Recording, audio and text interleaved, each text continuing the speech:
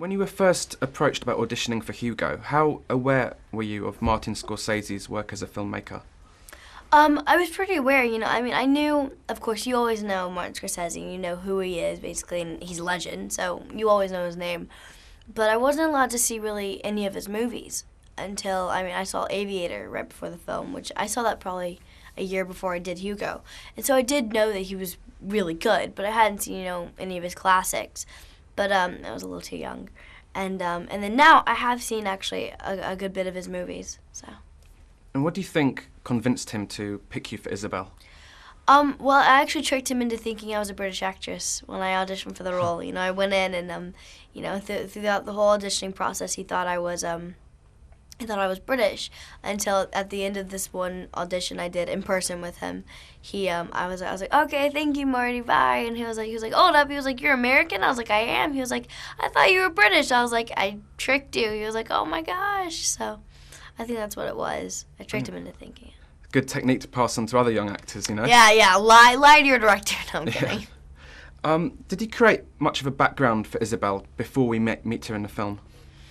Yeah, definitely. With every character I do, I try and think about who the character is outside of the film. Outside of this one little block that the film goes through. Who are they before this? Who are they after this? What are they thinking? And that's what me and my brother Trevor actually really get into is their thoughts and their thought process and their emotions and their actions. And was it interesting for you looking at Isabel and her love for certain words, long words, and comparing that to what you had to say as Hit Girl, for example? Yeah, definitely. It's interesting. I definitely replaced, my purple wig and my knives with a beret and some books. So that's kind of the difference with this movie. I think it's a lot more holy than Kick-Ass. The film's very much an adventure for Isabel. How is it an adventure for you as a young actress, especially being surrounded by such legends as Sir Ben Kingsley and Sir Christopher Lee? It's huge, not only am I being able to work with Scorsese in my whole life, but I'm being able to work with him at 14. So I'm being able to go through such a beautiful emotional process with this film that, I really wouldn't take away for anything. It was a beautiful film to be a part of, and I'm really proud of it, my accent and everything.